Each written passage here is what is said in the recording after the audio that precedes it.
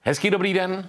Dnes vám chceme představit jednu velmi zajímavou a asi důležitou věc. Jak bydlet bezpečně a jak se doma cítit bezpečně a jak se doma nebát. Naším hostem je odborník na bezpečné bydlení Josef Adame. Dobrý den. Dobrý den, prajem.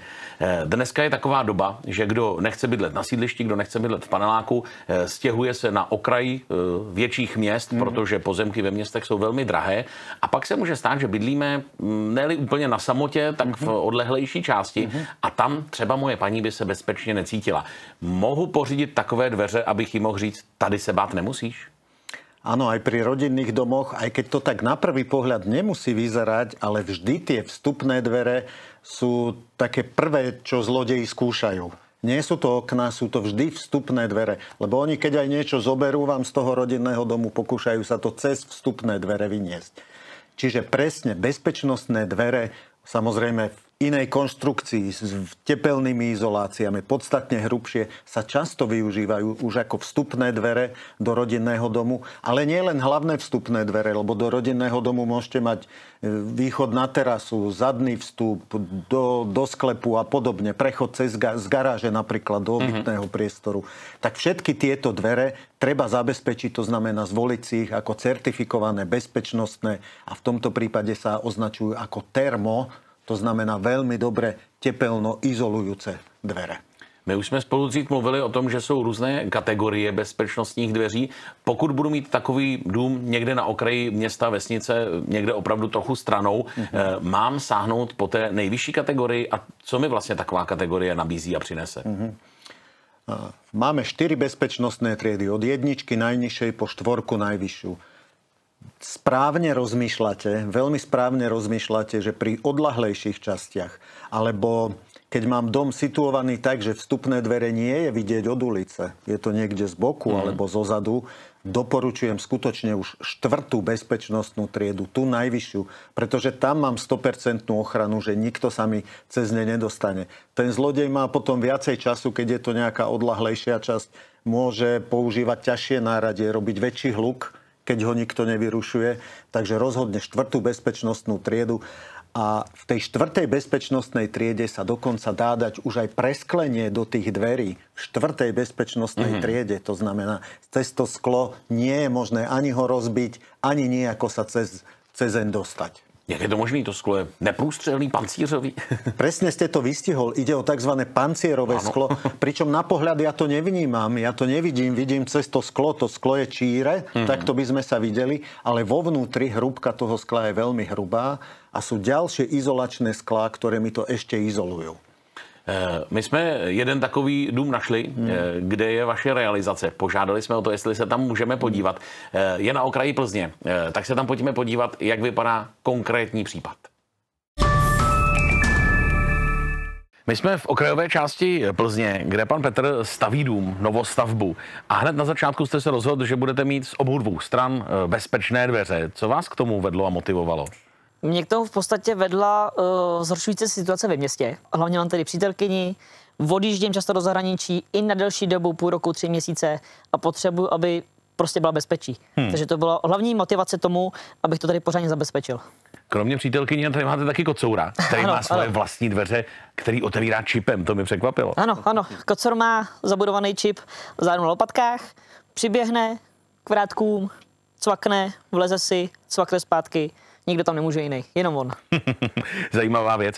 Jak jste dveře vybíral? Byla to hlavně otázka designu, bezpečnosti. Co vás vedlo k tomu rozhodnutí, který dveře vybrat? Takhle, samozřejmě šlo nejen o finance, ale hlavně i o tu bezpečnost. Já jsem poptával více dveří, byl jsem v různých místech, trvalo mi to asi půl roku, než jsem ty dveře vybral. Bylo fakt dlouho. A v podstatě za tu samou cenu, kdy já bych koupil obyčejné dveře, které jsou plastové, vypěněné, tak jsem si mohl za to samou cenu koupit ty bezpečnostní dveře, což byla jasná volba. Řešil jste, aby byly protihlukový, aby drželi teplo, prostě všechny tyhle ty věci jste zohledňoval, protože asi je chytrý na to myslet už když ten dům stavím.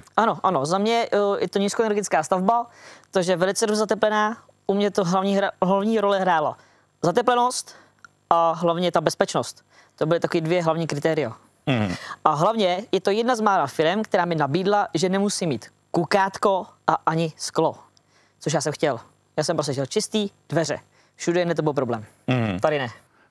Ten designovali jste asi zřejmě s přítelkyní, nebo jste si musel vybrat prostě to, co bylo? Ne, my jsme si v podstatě chtěli jsme něco do stylu, mám vyšší dřevo a tam byl jasný výběr. Dostali jsme okamžitě k výběru, co se nám hodilo, šli jsme rovnou na jistotu. Otázka 5 minut pro nás. Když ten dům stavíte, vy jste říkal v podstatě sám, i ty dveře jste dával sám, nebo na to firma přijela? Ne, na to musí přijet specializovaná firma, Adlo. Bylo mi jasně řečeno, že to není možné, abych to dělal já sám po své ose, což když jsem viděl, jak se to dělá, chápu to, musí to opravdu dělat lidi, kteří to umí, ví, co tam mají dělat. S dveřma jste zatím spokojený? Velice. Nemám s tím jediný problém. Musíme poděkovat za přijetí, musíme poděkovat za návštěvu. A teď si pojďme říct, tyhle dveře jsou specifické tím, že tady se myslí i na domácí mazlíčky. Není to nebezpečné? Domáci mazlíček má také postavenie v niektorých rodinách ako člen rodiny. Áno. Je to tak. Je to tak, preto mu chcem umožniť ten komfort toho bývania, aby sa mohol voľne presúvať von alebo dnu. Má to však z hľadiska bezpečnosti jedno obmedzenie a to je, aby veľkosť toho otvoru bola taká, aby sa cez ten otvor nevedel človek dostať fyzicky. To znamená, je to zhruba tých 20 cm, 40 cm výšky, nie viac, ale menej. Pretože ide o bezpečnostné dvere, ktoré zamedzujú tomu, aby sa zlodej dostal dovnútra. Ale ten miláčik má ten prechod. Čiže pokiaľ je ten rozmer menší ako 20 na 40 cm, tak je to možné. Zajímavá věc. Pojďme říct, na co se myslí a jestli se na to má myslet, když dům stavím, případně rekonstruuji, anebo jestli třeba až když tam bydlím a zjistím, že nemám úplně pocit bezpečí, jestli potom tam ty dveře ještě můžu vsadit dodatečně. V podstate vstupné dvere v rodinnom dome viem vymeniť kedykoľvek. Ale rozumné pri rekonštrukcii a pri stavbe je myslieť na to od začiatku. Moderné, bezpečnostné tieto termodvere sa vedia spraviť v akýchkoľvek rozmeroch, v akýchkoľvek výškach, s pevnými takými pancierovými svetlíkmi po boku. Čiže akýkoľvek, keď mám vstupný rozmer, už je možné tam dať bezpečnostné dvere. A je to ideálne, je to samozrejme lacnejšie. A tie dvere môžu vyzerať ako bežné plastové dvere, pričom ide o vysokú bezpečnosť. Môžu vyzerať ako drevené dvere vzhľadovo. Môžu tak vyzerať. Môžu mi ladiť s oknami, s exteriérom, s interiérom. Rôzny dizajn môžu mať.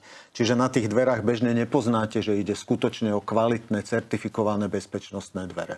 Když budu stavět novostavbu, asi je to významně jednodušší, než když třeba koupím starý nebo třeba i velmi starý dům, i když to bude třeba roubenka? I tam dokážete vsadit takovéhle bezpečné dveře? Máme typy špeciálnych zárubní, sú to špeciálne zárubne práve vhodné do takýchto drevostavieb, do masívnych drevostavieb. V podstate dvere sú bezpečnostné, s vysokou bezpečnosťou aj zárubne, ale máme technológie, ako ukotviť veľmi bezpečne a pevne ukotviť tú zárubňu do toho roubeného masívneho dreva. Čiže aj tam sa to dá spraviť. Tam pri týchto drevených stavbách je dôležitá aj tepelná izolácia, no vlastne pri všetkých domoch. Čiže takéto bezpečnostné termodvere majú práve výborné tie tepelnoizolačné vlastnosti. Nie len, že sú vhodné do drevodomov, ale napríklad aj do nízkoenergetických domov, kde celé steny, celé okná sú konštruované tak, aby na to topení som míňal čím menej. Když se rozhodnu, že chci dveře, ať už do novostavby nebo po rekonstrukci, čím mám začít? Kde mám začít hledat? Co mám začít zjišťovat? A co mám žádat? No, obrátil by som sa na firmu, ktorá tu v Plzni existuje, ktorá tu má pevné sídlo, ktorá poskytuje všetky služby, všetky servisy aj do budúcna. Pozrel by som sa na to, aký má sortiment. Do rodinného domu, tak ako sme vraveli, 3., lepšie 4. bezpečnostnú triedu, aby mala veľký výber dizajnov, aby mala všetky certifikáty na bezpečnosť, na tepelnú izoláciu a vybrať si podľa svojho vkusu. Moc děkuju za rady, moc děkuju za doporučení a věřím, že se lidé budou cítit bezpečněji. Díky za návštěvu. Ďakujem aj ja. No a s vámi se budu těšit na viděnou taky u dalších pořadů naší televize. Ať se vám daří a ať se cítíte bezpečně.